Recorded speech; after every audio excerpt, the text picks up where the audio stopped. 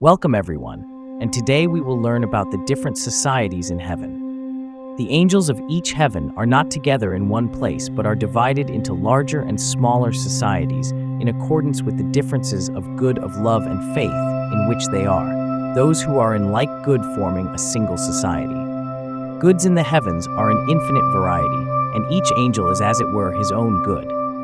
Moreover, the angelic societies in the heavens are at a distance from each other, as their goods differ in general and in particular. For in the spiritual world, the only ground of distance is difference in the state of interiors.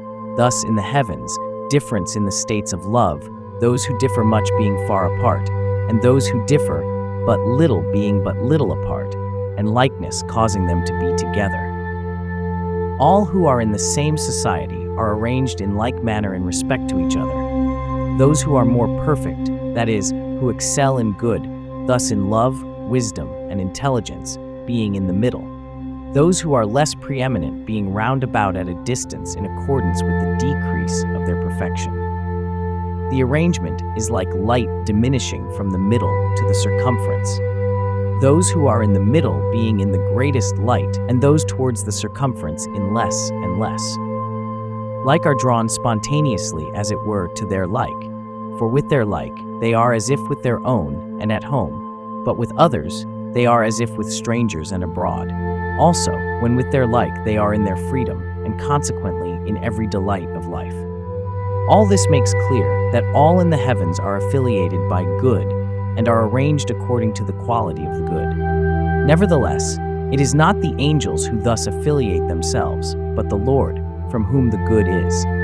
The Lord leads them, conjoins and separates them, and preserves them in freedom proportionate to their good. Thus, he holds everyone in the life of his love and faith, of his intelligence and wisdom, and the resulting happiness. Again, all who are in like good, even though they have never seen each other before, know each other, just as men in the world do their kinsmen, near relations, and friends, and for the reason that in the other life there are none but spiritual kinships, relationships, and friendships, thus such as spring from love and faith. This it has sometimes been granted me to see, when I have been in the spirit, and thus withdrawn from the body, and in the society of angels.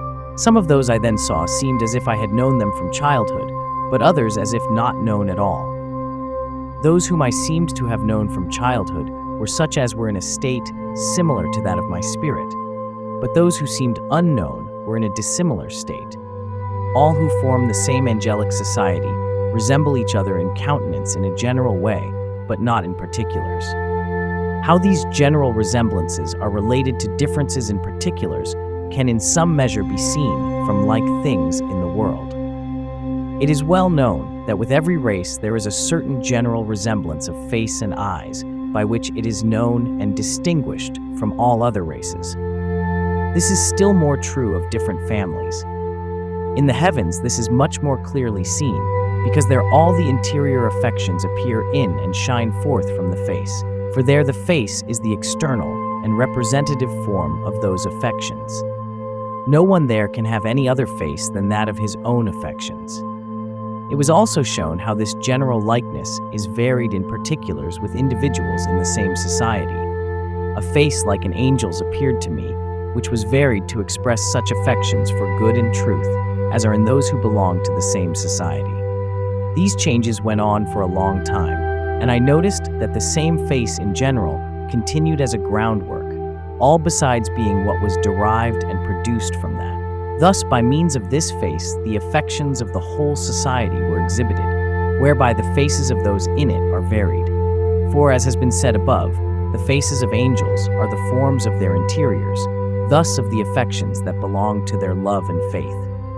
From this it also comes to pass that an angel who excels in wisdom instantly sees the quality of another from his face. In heaven no one can conceal his interiors by his expression, or feign, or in any way deceive and mislead by craft or hypocrisy. There are hypocrites who are expert in disguising their interiors and fashioning their exteriors into the form of that good in which those are who belong to a society, and who thus make themselves appear angels of light. And these sometimes insinuate themselves into a society, but they cannot stay there long, for they begin to suffer inward pain and torture, to grow livid in the face, and to become, as it were, lifeless. These changes arise from the contrariety of the life that flows in and affects them. Therefore, they quickly cast themselves down into hell, where their like are, and no longer want to ascend. These are such as are meant by the man found among the invited guests at the feast, not clothed with a wedding garment, who was cast out into outer darkness. All the societies of heaven have communication with one another, though not by open intercourse. Few go out of their own society into another, for going out of their own society is like going away from themselves or from their own life and passing into another life, which is less congenial. But all the societies communicate by an extension of the sphere that goes forth from the life of each. This sphere of the life is the sphere of the affections of love and faith. This sphere extends itself far and wide into the surrounding societies, and farther and wider in proportion as the affections are the more interior and perfect. In the measure of that extension do the angels have intelligence and wisdom. Those that are in the inmost heaven and in the middle of it have extension into the entire heavens. Thus, there is a sharing of all in heaven with each one, and of each one with all. But this extension will be considered more fully hereafter, where the form of heaven in accord with which the angelic societies are arranged, and also the wisdom and intelligence of angels, will be treated of, for in accordance with that form, all extension of affections and thoughts proceeds. It has been said above that in the heavens there are larger and smaller societies. The larger consist of myriads of angels, the smaller of some thousands, and the least of some hundreds. There are also some that dwell apart, house by house as it were, and family by family. Although these live in this scattered way, they are arranged in order like those who live in societies, the wiser in the middle, and the simpler in the borders. Such are more directly under the divine auspices of the Lord, and are the best of the angels. Each society is a heaven in a smaller form, and each angel in the smallest form, because it is the good of love and of faith that makes heaven, and this good is in each society of heaven, and in each angel of a society. It does not matter that this good everywhere differs and varies, it is still the good of heaven, and there is no difference except that heaven has one quality here and another there. So when anyone is raised up into any society of heaven, he is said to come into heaven, and those who are there are said to be in heaven, and each one in his own. This is known to all in the other life. Consequently, those standing outside of or beneath heaven, when they see at a distance companies of angels, say that heaven is in this or that place. It is comparatively like civil and military officers and attendants in a royal palace or castle, who, although dwelling apart in their own quarters or chambers above and below, are yet in the same palace or castle, each in his own position in the royal service. This makes evident the meaning of the Lord's words, that in his Father's house are many abiding places, also what is meant by the dwelling places of heaven, and the heavens of heavens in the prophets.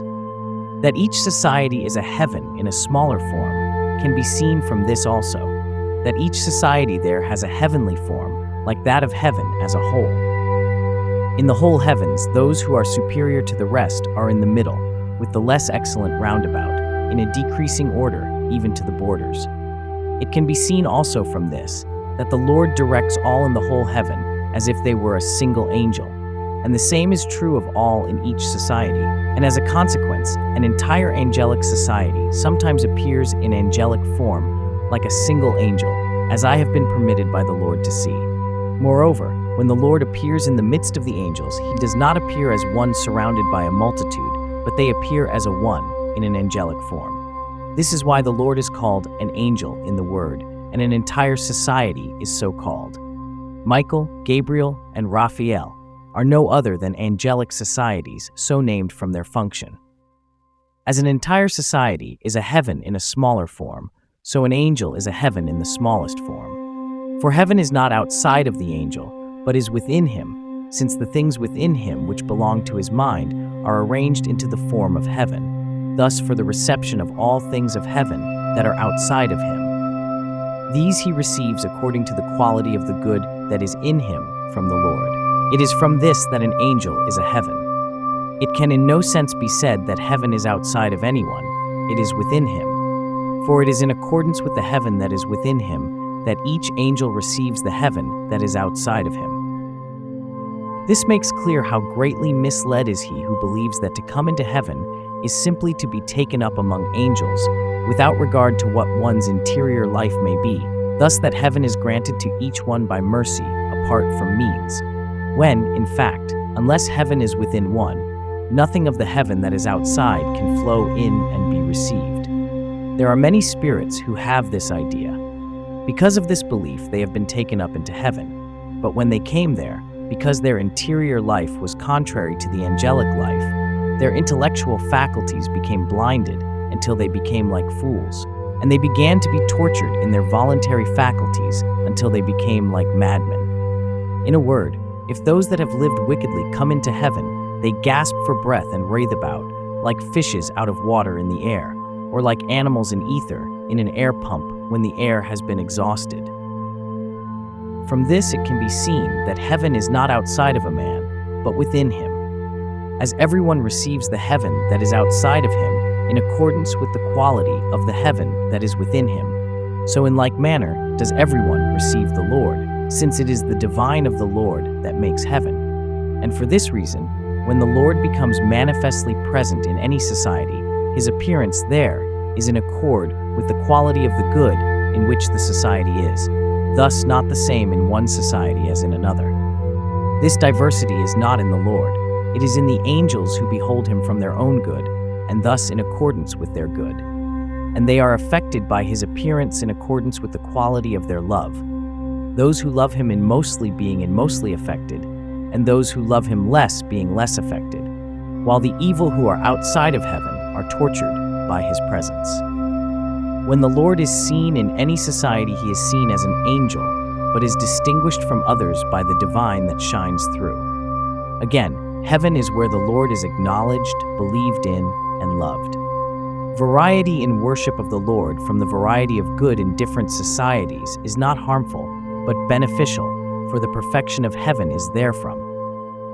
This can scarcely be made clear to the comprehension without employing terms that are in common use in the learned world, and showing by means of these how unity, that it may be perfect, must be formed from variety.